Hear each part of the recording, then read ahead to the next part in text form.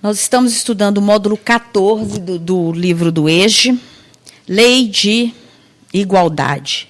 E hoje nós vamos estudar o roteiro 3, que trata de igualdade das riquezas, a prova da riqueza e a prova da pobreza.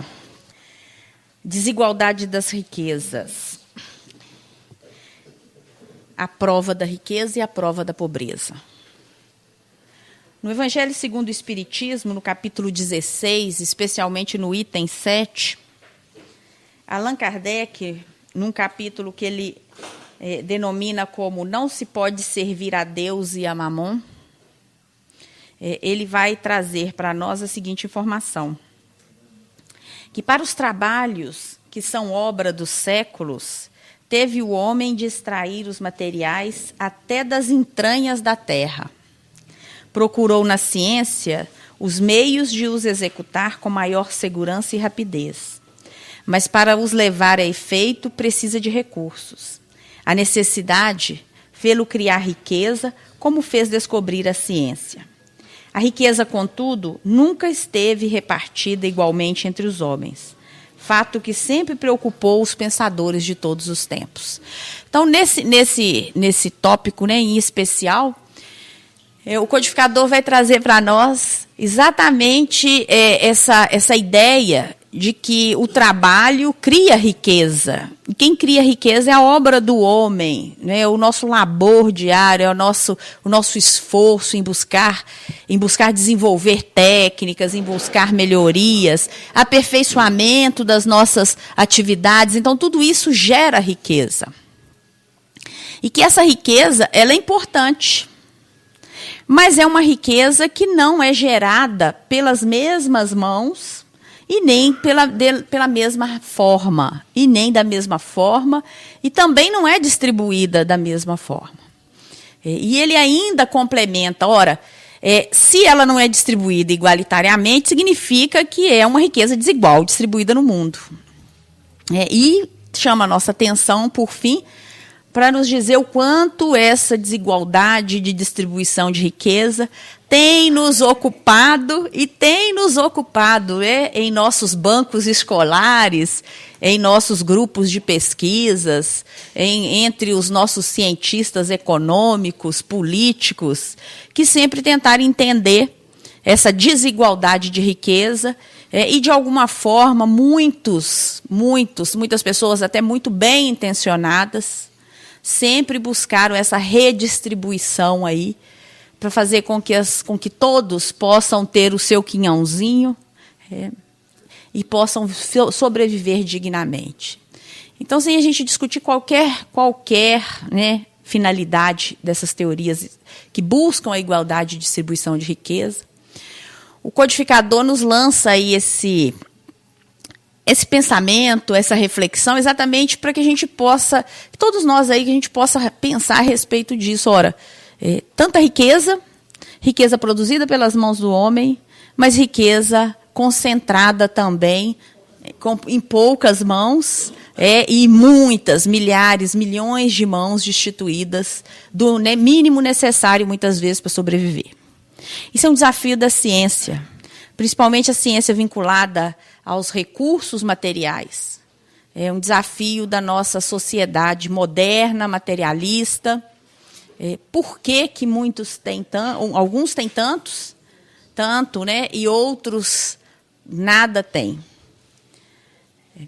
E é nessa tentativa aí de tentar compreender isso que foi desenvolvido esse roteiro 3, que é o roteiro que fala exatamente dessa distribuição e trata a questão da riqueza ou da pobreza como uma questão provacional, como algo que vem para que o espírito tente compreender um pouco o que lhe é destinado a viver.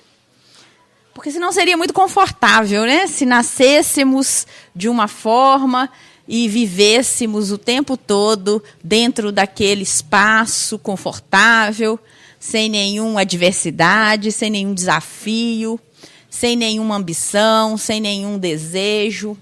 É muito confortável, mas é pouco produtivo. Então é necessário que a gente seja lançado aí diante das provas, diante das experiências. E o Emmanuel chama isso de oportunidade.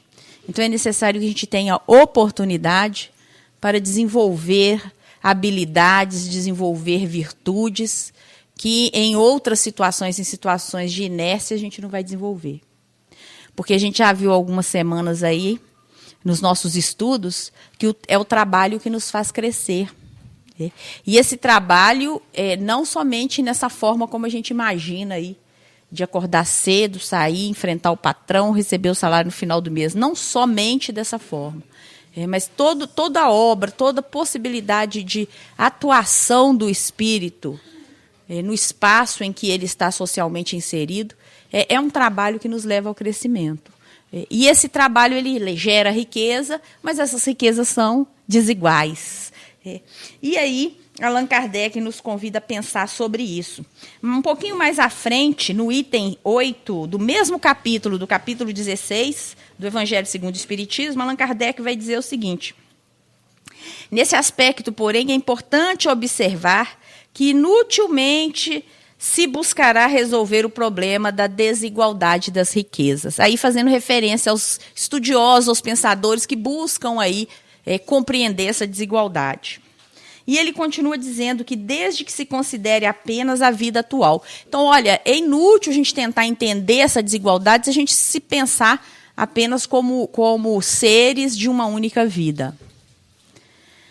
Aliás, não só as desigualdades das riquezas, mas qualquer circunstância das nossas vidas, qualquer experiência que vivenciamos, qualquer planejamento em que estejamos envolvidos nele, é praticamente impossível se pensar, do ponto de vista da doutrina espírita, se pensar isso como se fosse uma única existência.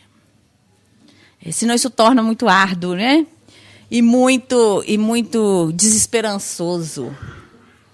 Porque se a gente pensa numa única existência, a gente começa a pensar, puxa vida, já passei, estou chegando nos 50, já passei de mais da metade, expectativa de vida talvez não chegue a 100, então já passei de mais da metade e ainda estou na correria. Ou ainda não consegui harmonizar minha família. Ainda tenho que conviver com pessoas com dificuldades na área do sexo, na área da droga, é isso? Dos vícios, os mais diversos. Uma única experiência seria muito frustrante para nos dar a dimensão da nossa vida. E é isso que Allan Kardec sempre nos traz. A gente pensar o momento do agora, mas dentro de um grande planejamento, que é o planejamento de toda a nossa existência, que é o pensamento do espírito enquanto depositório aí de acúmulo de experiências essas que acontecem ao longo das diversas vivências que vamos experimentando à medida em que avançamos no planejamento, no nosso planejamento evolucional.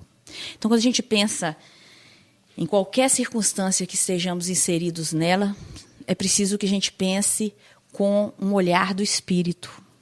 É claro que, como espíritos encarnados, nós precisamos muitas vezes ter providências e tomar providências no plano da matéria, imediatas muitas vezes. Mas a gente precisa compreender que existem providências que são possíveis, e quando a gente toma todas as providências e ainda assim não se resolveu, como que o Emmanuel fala?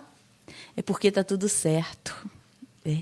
Se você faz tudo o que você pode, honestamente, com dignidade, como um homem de bem, que vai ser um dos nossos temas futuros aqui, e ainda assim não obtém os resultados que você espera, então não se agaste, né? Não fique chateado, não fique sofrido, porque as coisas estão no exato lugar que tem que estar.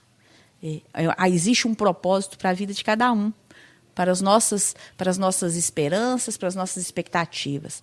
É preciso que a gente comece a olhar com um pouco mais de atenção para esses propósitos. E aí talvez a gente descubra outros caminhos, né, que sejam um pouquinho diferentes e que nos console aí de uma forma melhor. Então, sem considerar sem considerar a diversidade das existências, Allan Kardec diz que fica um pouco complicado. E ele continua dizendo o seguinte, olha, a primeira questão que se apresenta por que não são igualmente ricos todos os homens? Ora, se somos filhos do mesmo Deus, isso é pensamento lógico, né? Somos filhos do mesmo Deus. Se o nosso Deus é infinitamente bom e justo, e se a última premissa fosse de que a gente tenha uma única existência, a gente poderia chegar à conclusão que é extremamente injusto termos vidas tão diferenciadas, termos pessoas tão sofridas, tão necessitadas, e, por outro lado, termos pessoas que achamos que não são merecedoras, muitas vezes vivenciando aí situações de excessos, de grande ostentação diante de tanta miséria. Então, se a gente fosse pensar de uma forma muito objetiva e muito lógica e considerando uma única vida, nós entraríamos aqui numa situação complicada para nós. Mas a doutrina espírita, ela nos traz a perspectiva de outras vidas. Porque para nós isso é alguma coisa que faz parte da nossa base. Os estudos sistematizados da doutrina espírita são aqueles estudos que vão nos fundamentar como espíritas. E não é possível pensar num espírita que não pense em reencarnação, em diversas vidas. Não é isso, Vladimir? Agora que eu te vi aí. Não é possível se pensar nessa circunstância. Então, é dentro dessa perspectiva lógica aí que nós inserimos que nem todos os homens vão ser ricos igualmente. E Allan Kardec, nesse item 8, ele prossegue dizendo o seguinte, não são por uma razão muito simples. Olha por que nós não somos igualmente ricos e poderosos. Por não sermos igualmente inteligentes, ativos e laboriosos para adquirir. Então, isso é uma situação. Nós não temos igualdade de inteligência, nós não temos igualdade de atividade, de iniciativa, e tampouco temos igualdade de disposição para o trabalho, para o labor. Porque isso são condições necessárias para aquisição, para que a gente possa adquirir a riqueza, não é isso? Só que não é só adquirir a riqueza. Existem outras situações que o codificador coloca com muita propriedade, quando ele diz que não somos sóbrios e previdentes para conservar. Então, não basta adquirir, é preciso que se saiba conservar. E isso é tão comum assim entre nós, porque a gente vê tantos que recebem tanto e que se descontrolam porque não souberam adquirir e também não vão saber preservar. E aí a gente tem até alguns livrinhos por aí que circulam, que ficam fazendo essa tentativa de explicar o que para a gente às vezes é tão mais simples, né, se pensarmos na perspectiva doutrinária. Somos diferentes, somos espíritos que se encontram em patamares diferentes. Somos espíritos que fizemos, cada um de nós, na nossa intimidade, escolhas diferentes também. Cada um de nós tem prioridades diferentes, que não importa quais sejam, são prioridades que o nosso espírito cultiva e que cuida e que valoriza em detrimento de outros. Tem muita gente, por exemplo, hoje botou o carro na rua, não foi? Para ir assistir uma partida de futebol. É uma prioridade. Não temos aqui que discutir se é melhor ou pior.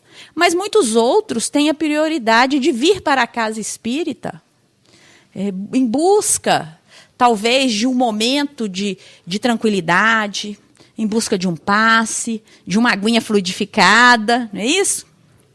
São prioridades.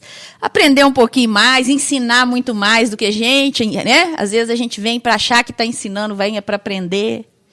São prioridades que nós, espíritos, elegemos consciente e até inconscientemente. E que vão determinar o nosso posicionamento na evolução.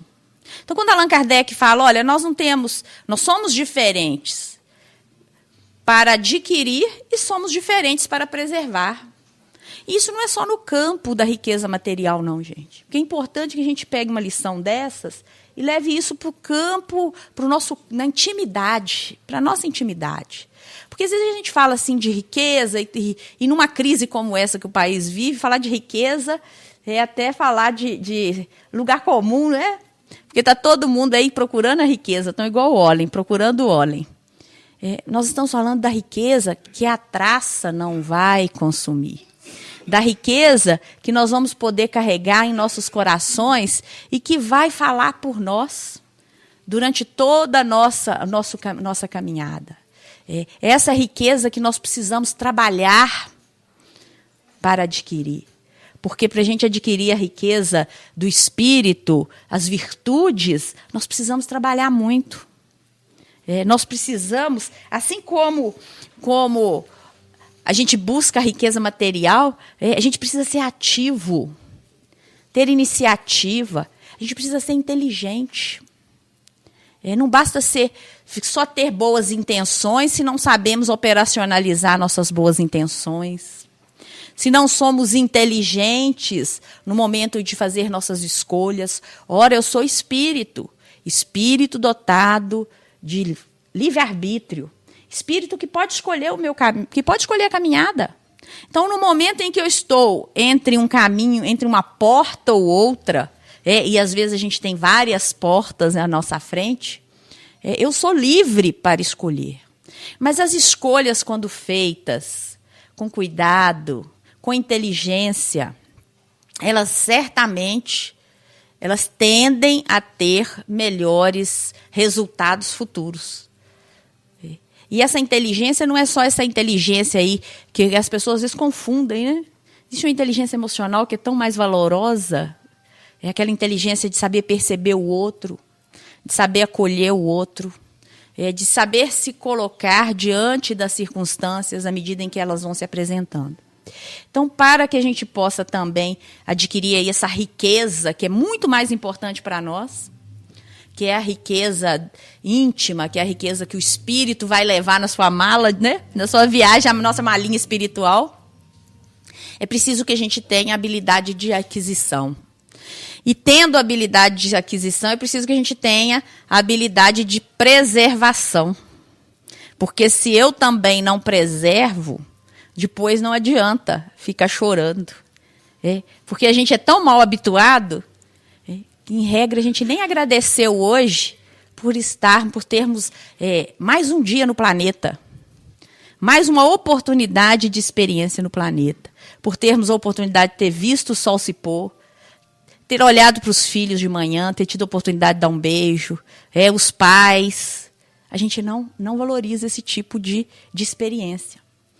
E, às vezes, vai valorizar, ou vai chorar, ou vai lamentar, porque somos lamentosos, né, lamuriosos, quando perdemos. E aí falamos, oh, meu Deus, queria tanto ter ido lá dar um beijinho na minha mãe.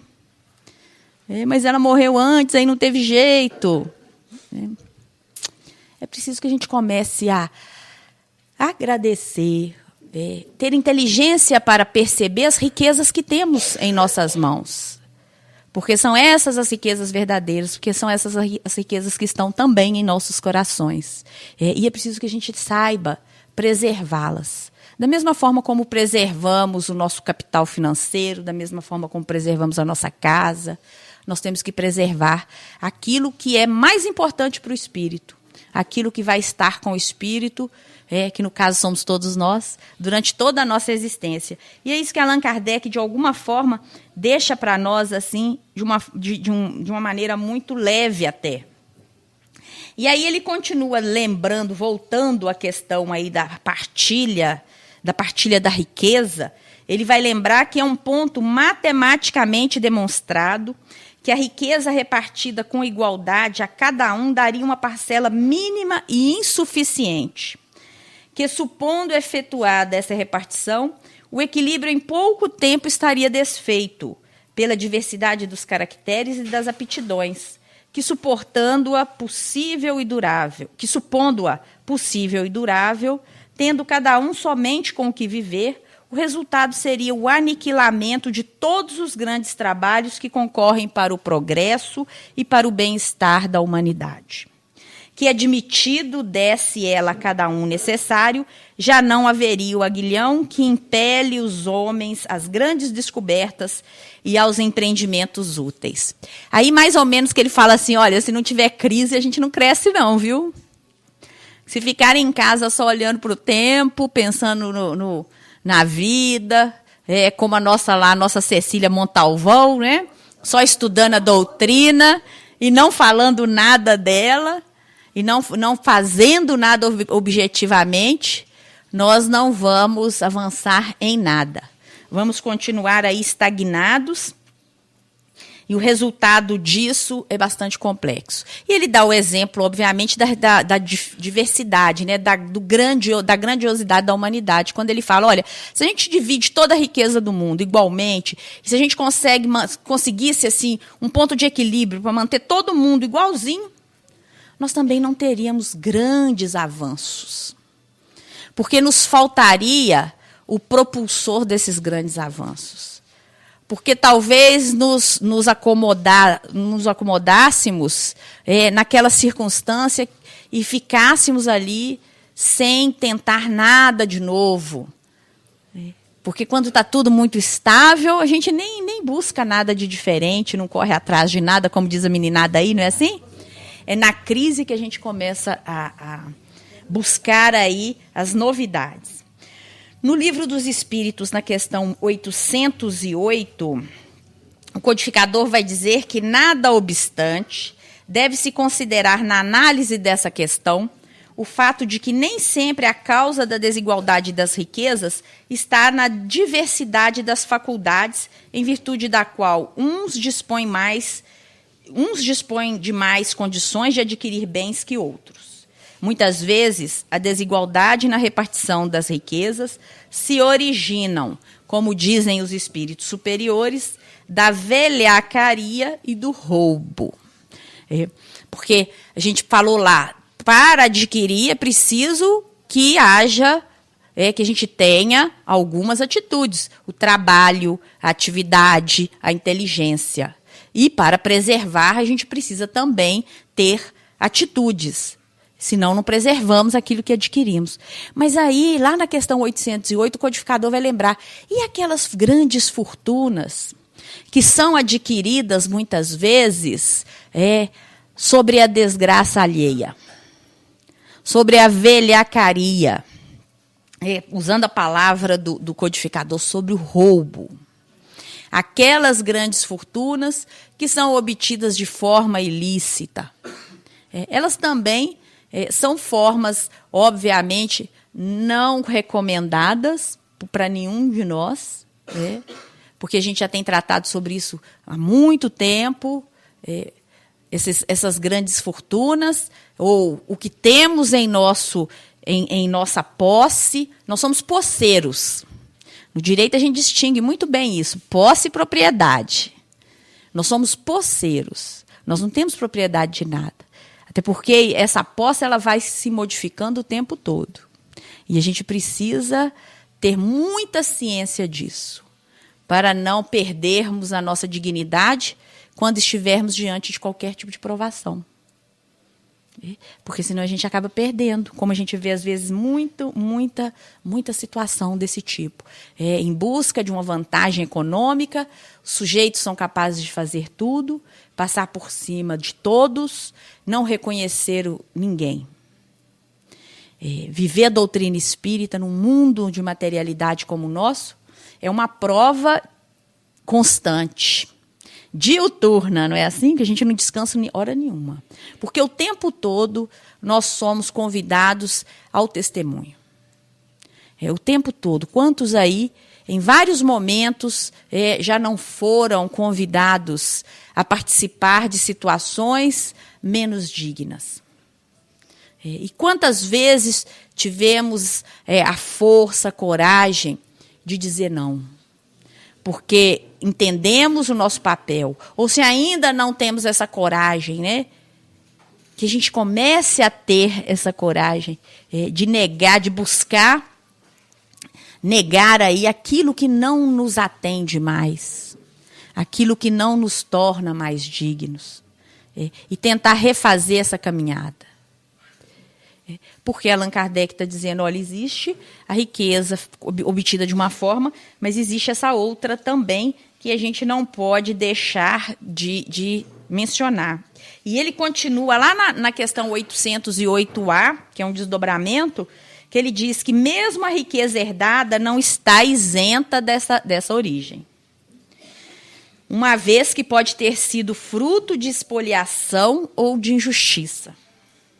Entretanto, acima de tudo se vê a ação de Deus, que distribui entre os homens a seu grado os bens da terra que lhe pertencem, não sendo o homem senão usufrutuário, administrador mais ou menos íntegro e inteligente desses bens. Então, ao mesmo tempo que ele fala, olha, existe essa origem, mas ele nos lembra que existe um Deus que está acima de tudo isso. Um Deus que, não aquele Deus lá da nossa infância, né, do Deus está vendo, aquele olho que vê tudo, não é bem esse Deus, não.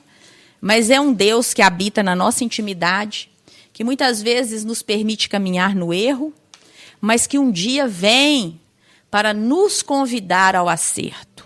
Não é um Deus justiceiro, mas é um Deus que nos quer ver na justiça, que nos quer ver praticando a justiça, e não essa justiça do homem, mas a justiça do próprio Deus, que é uma justiça que envolve a universidade, a fraternidade universal, que é o que temos que buscar ao final de tudo isso.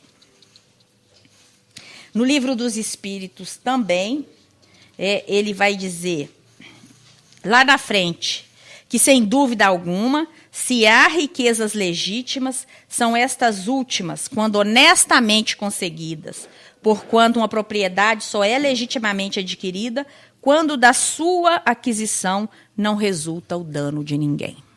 Nos chamando mesmo firmemente para uma reflexão, né? E aí a gente pensa assim, mas eu não gero dano para ninguém. Mas a gente precisa tomar cuidado, porque os danos, assim como as diversidades, assim como tudo na vida, é muito relativo. Às vezes você acha que não gera dano nenhum, ou às vezes o seu conceito de dano é quando na verdade o dano ele está em qualquer circunstância. Nós geramos danos emocionais, nós geramos danos afetivos, são danos que não são quantificados, às vezes, pelo mundo da materialidade, são de difícil percepção. Mas quando, às vezes, roubamos a esperança de alguém, nós estamos gerando danos, sim. Então, só para a gente aproveitar o gancho, quando a gente fala na aquisição da riqueza material, a gente pensa na riqueza espiritual, na riqueza da intimidade do espírito. Quando a gente fala também na aquisição dessa riqueza por meios menos dignos, a gente tem que pensar também no que construímos. Se estamos construindo sobre bases fortes, sobre bases seguras, ou se estamos gerando uma série aí de dor, de danos, né? Para usar a palavra do codificador, se estamos deixando muita mágoa, muita tristeza no nosso rastro aí. Para a gente começar a pensar um pouquinho mais. No Evangelho segundo o Espiritismo, ele vai dizer que do fato de um homem dever a si próprio a riqueza que possua, seguir-se-á que, ao morrer, alguma vantagem lhe advenha desse fato? E a resposta aliás, ele faz uma outra pergunta, não são a miúde inúteis as preocupações que ele toma para transmiti-la aos seus descendentes? Resposta de certo, conquanto se Deus não quiser que ela lhes vá ter as mãos, nada prevalecerá contra a vontade de Deus.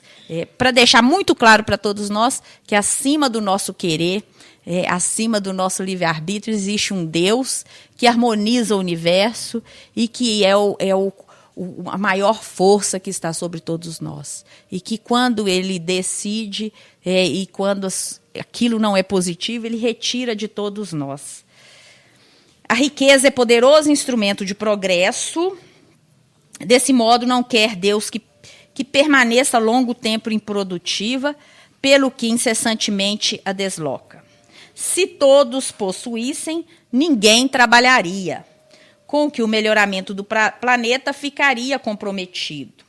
Então, Deus, na sua infinita justiça, Ele nos coloca aí em situações que vão nos provocar ao trabalho, que vão nos induzir ao trabalho. No segundo aqui, já finalizando sobre a riqueza e a miséria, o Espiritismo nos ensina que Deus concedeu as riquezas e o poder a uns e miséria a outros, para experimentá-los de diferentes modos. E que muitas dessas provas são escolhidas pelos próprios espíritos. Há algum tempo também nesse material do EJA, a gente tem o capítulo que fala lá do planejamento espiritual, em que cada um de nós, de alguma forma, escolhe, planeja as provas que entendemos ser necessárias para o nosso crescimento. E, em muitos casos, nós escolhemos provas de riquezas ou provas de pobreza, de miséria. O espírito pode escolher prova muito rude e, consequentemente, uma angustiada existência, na esperança de alcançar depressa um estado melhor. Como o doente escolhe muitas vezes o remédio mais desagradável para se curar. Tanto a prova da miséria como a da riqueza são difíceis de serem suportadas. A miséria provoca as queixas contra a providência. A riqueza incita a todos os excessos. Então, as duas são complicadas, Porque na miséria extrema é preciso que, ou na miséria, não precisa ser extrema, ou na escassez, é preciso que a gente controle as nossas queixas, as nossas reclamações, as nossas revoltas. Por outro lado, na riqueza em excesso, ou até na riqueza não tão excessiva, muitas vezes nós nos perdemos no gozo que aquela riqueza vai nos promover. E aí a gente acaba esquecendo um pouco daquilo que é tão importante para o espírito. Quantas vezes a gente só procura o remédio quando a gente já está com a doença instaurada? Nós não nos prevenimos anteriormente. E aí, quando a gente perde o emprego, quando a gente é acometido por uma doença, aí nós começamos a correr atrás de todas as formas para buscar algum tipo de acalanto. Isso não é negativo de maneira nenhuma. O espírito desperta das mais variadas formas. E às vezes a doença é uma doença sagrada, santa, que veio para despertar. O desencarne pode ser um desencarne abençoado, que veio para unir. Então a gente nunca deve pensar nessas questões como questões assim que vieram para nos punir. Esse Deus punitivo não pode fazer parte do nosso processo evolucional, senão a gente não vai evoluir. Enquanto a gente estiver trazendo aí nos nossos corações sentimentos de menor importância, A alta posição do homem no mundo, o de ter autoridade sobre seus semelhantes, são provas tão grandes e tão escorregadias como a desgraça. Porque quanto mais rico e poderoso é ele, tanto mais obrigações tem que cumprir e tanto mais abundantes são os meios que dispõe para fazer o bem e o mal. Deus experimenta o pobre pela resignação e o rico pelo emprego que dá aos seus bens e ao seu poder. A riqueza e o poder fazem nascer todas as paixões que nos prendem à matéria e nos afastam da evolução, da perfeição espiritual. Foi por isso que Jesus nos disse, em verdade vos digo que é mais fácil passar um camelo por um fundo de agulha do que entrar um rico no reino dos céus. E nós vamos ficar com essa fala seguinte de Jesus. E por isso mesmo, qual que é o melhor emprego da riqueza? Amai-vos uns aos outros. Aquele que se acha animado no amor do próximo tem aí toda traçada a sua linha de proceder. Na caridade está para as riquezas o emprego que mais apraz a Deus. E na escassez também está, no momento de crise, com o comportamento que Deus espera de todos nós. Resignação, com muita luta, com muito trabalho, com muita força, com muita vontade, sem desistir, porque somos espíritos inteligentes postos no mundo para evoluir. Mas diante da fartura, não nos esqueçamos que existe uma desigualdade imensa que precisa, de alguma forma, ser amenizada. E se nós pudermos ser como o beija-flor, lá pingando uma gotinha de água no incêndio, não tenhamos dúvida que nós vamos estar fazendo muito mais do que a gente imagina. Porque o nosso poder de atuação é infinitamente maior do que aquele que a gente tem condição de perceber. Que Jesus nos abençoe, que a gente tenha aí um restinho de semana, um resto de metade de semana muito abençoado, refletindo muito sobre essas questões aí, que são muito importantes para a nossa evolução. Na semana que vem a gente volta com um novo capítulo do EJE, um novo módulo, e se Deus quiser, que todos possam estar conosco aí em mais um trabalho, nessa nossa tarefa aqui na Casa de Kardec. Boa noite a todos.